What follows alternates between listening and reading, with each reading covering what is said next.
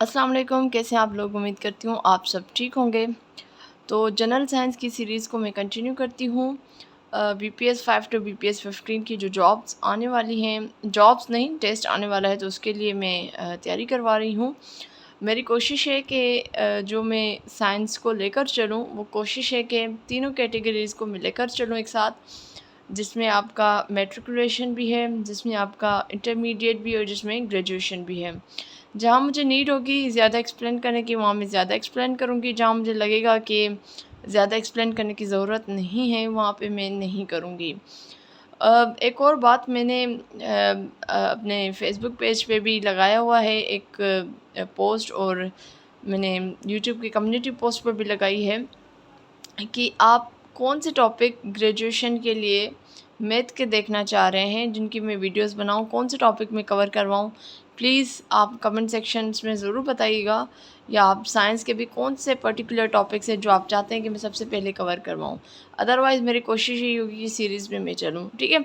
तो general science का जो टॉपिक है जी, सेल, ये ऑलरेडी मैंने इस पर एक वीडियो बना चुकी हूँ, जिसमें मैंने थोड़ा सेल को डिफ़ाइन किया है, और सेल थ्योरी को और उसके जो कुछ फैक्ट्स हैं या इंपॉर्टेंट पॉइंट्स हैं वो मैंने शेयर किए हैं।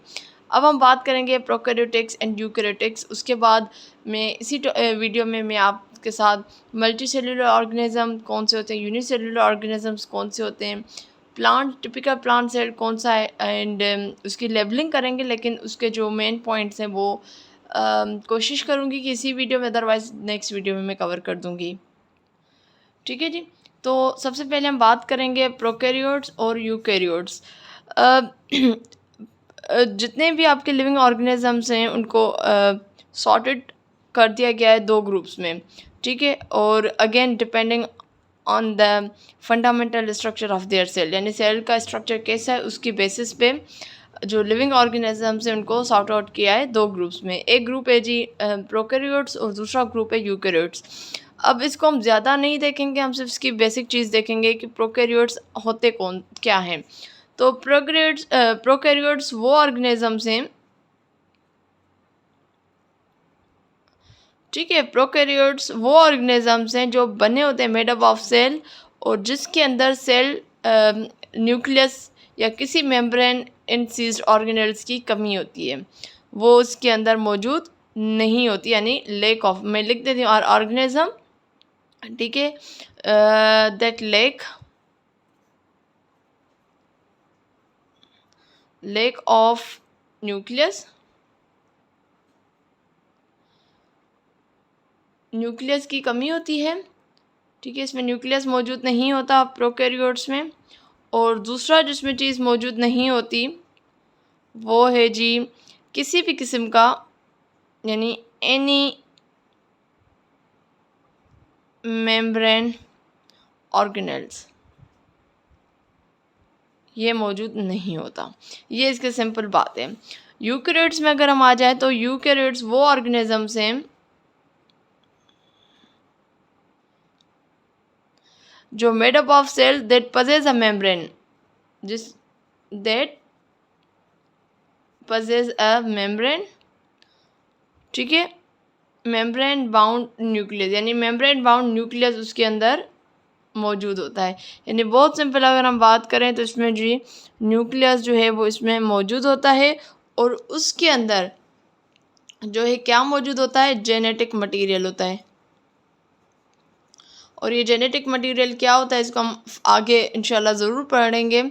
और genetic material as well as membrane bound organelles भी मौजूद होते हैं। जैसे यहाँ पे मैंने कहा ना कि इसमें मेम्ब्रेन ऑर्गेनेल्स जो है वो मौजूद नहीं होते, प्रोकैरियोट में, यूकैरियोट में मेम्ब्रेन बाउंड ऑर्गेनेल्स भी मौजूद होते हैं। तो जेनेटिक मटेरियल्स वो मटेरियल्स होते हैं जो ट्रांसफ़र होते हैं फ्रॉम पेरेंट्स टू ऑफस्प्रिंग, यानी हेरिडिटी मटेरियल है कि बच्चे की आँख, नाक, स्किन का कलर, बाल का टेक्सचर, ये सब कैसा होगा।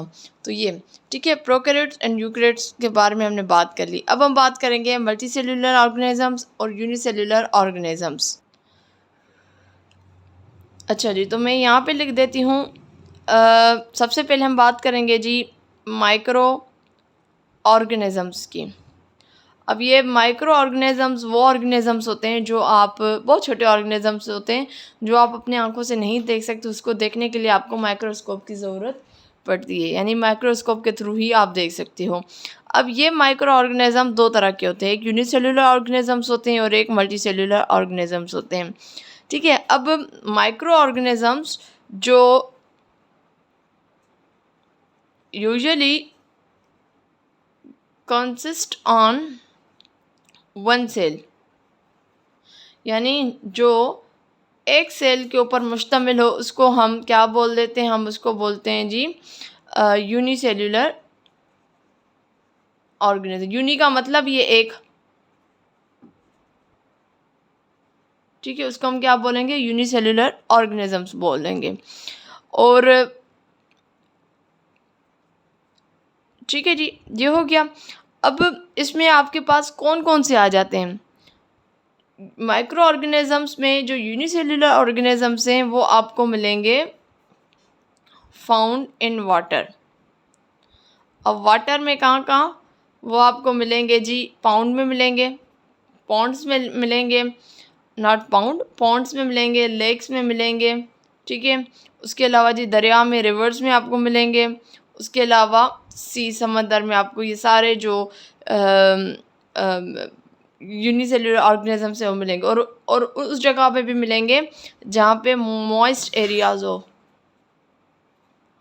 कौन सी एरियाज हो, ठीक है, जो जहाँ मॉइस्ट एरिया हो, जहाँ पे पानी पानी हो, तो वहाँ पे भी मिलते हैं। यानी वो कौन सी एरिया हो सकती है, जैसे ट्रीज़ हों, ठीक है, ट्रीज़ होते हैं या ट्रंक्स होते हैं जो थोड़ा हम जिनको बोलते हैं मिट्टी में, वहाँ पे आपको ये मिलेंगे।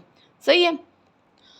अगर हम इसके कुछ और पॉइंट्स लिखें तो यूनिसेल्युलर ऑर्गेनिज्म जो हैं वो उनमें पूरी एबिलिटी होती है कि वो ज़िंदगी के जो भी प्रोसेस होते हैं वो बहुत अच्छे से कर सकें। यानी कौन कौन से प्रोसेस हों, जैसे इसमें फीडिंग है, वो बहुत अच्छे से फीड कर सकते हैं। और रिस्पायरिंग है, यानी रिस्पायरेशन है, ये बहुत अच्छे से ये यूनिसेल्युलर ऑर्गेनिजम्स कर लेते हैं। ये साइज़ में बहुत छोटे होते हैं और इसमें जो है lack the organise structure of cells, इसकी भी बहुत कमी होती है। तो ये हमने जी बात कर ली यूनिसेल्युलर की, बहुत सिंपल है, इसमें ज़्यादा इतना डिटेल में जाने की ज़रूरत नहीं है। अब हम आ जाएंगे जी मल्टी सेल्युलर ऑर्गेनिजम्स की तरफ। अब वो ऑर्गेनिजम्स मैं यहाँ पे लिख दूँ, मल्टी सेल्युलर ऑर्गेनिजम्स। अब यहीं से देखें, मल्टी सेल्युलर का मतलब ये है कि एक से ज़्यादा। अब मल्टी सेल्युलर जो होते हैं वो जनरली वो बिगर होते हैं साइज़ में, ठीक है, साइज़ में बड़े होते हैं, बिगर देन यूनिसेल्युलर, यानी साइज़ में यूनिसेल्युलर से ये ज़्यादा बड़े होते हैं। और ये यानी हर एक सेल की एक अपनी अपनी स्पेसिफिक जॉब होती है, यानी each cell has specific job, ठीक है। डिफरेंट सेल्स हैं ना इसके अंदर, तो इसमें डिफरेंट काइंड ऑफ जॉब्स जो है परफॉर्म कर रहे होते हैं डिफरेंट सेल्स, ठीक है जी। और इस तरीके से जब इनको डिफरेंट जॉब्स परफॉर्म करते हैं तो इनकी जो सेल की जो ऑर्गेनाइजेशन होती है वो वेल मैनर्ड होती है, यानी सेल्स आर मोर ऑर्गेनाइज्ड। सही है, ये जो है वो बहुत ऑर्गेनाइज होते हैं। अब इसमें ये आपको जो है ये भी पानी में ही मिलेंगे आपको मोस्टली, यानी अब इसके कुछ हम नाम ले लेते हैं, वो कौन कौन से हैं, बहुत सारे, जैसे हाइड्रा है, फिश है, और ये आपको ज़मीन, ये वाटर की बात हो रही है। अगर हम फाउंड इन लैंड की बात करें तो ये आपको जी मिलेंगे ईगल है जैसे, या आपके फर्न हैं, और उसके अलावा कोकोनट जो है वो ट्री है, ये सारे के सारे, और इसे बहुत ज़्यादा भरे हुए हैं।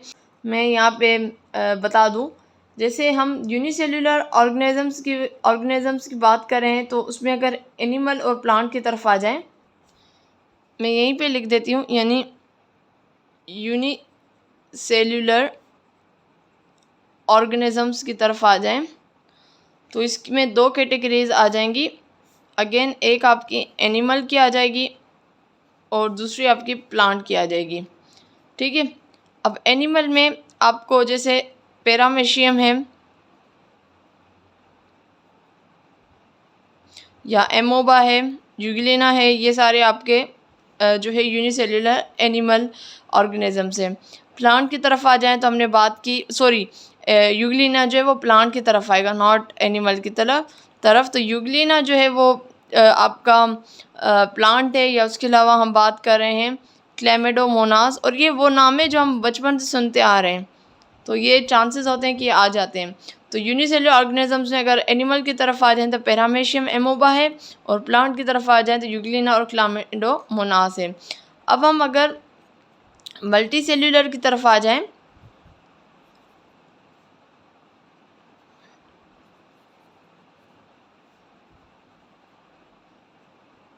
मल्टी सेल्यूलर ऑर्गेनिजम्स की तरफ आ जाएं तो इसमें भी अगेन दो कैटेगरीज आ जाएंगी।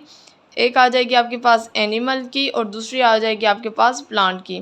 तो ऑलरेडी मैंने इसके एग्जांपल्स आप लोगों के साथ शेयर किए। जैसे एनिमल में हम बात करते हैं फ़िश की, हम बात कर रहे हैं जी हाइड्रा की, हम बात करें ईगल की, तो ये सारे एनिमल्स के हैं।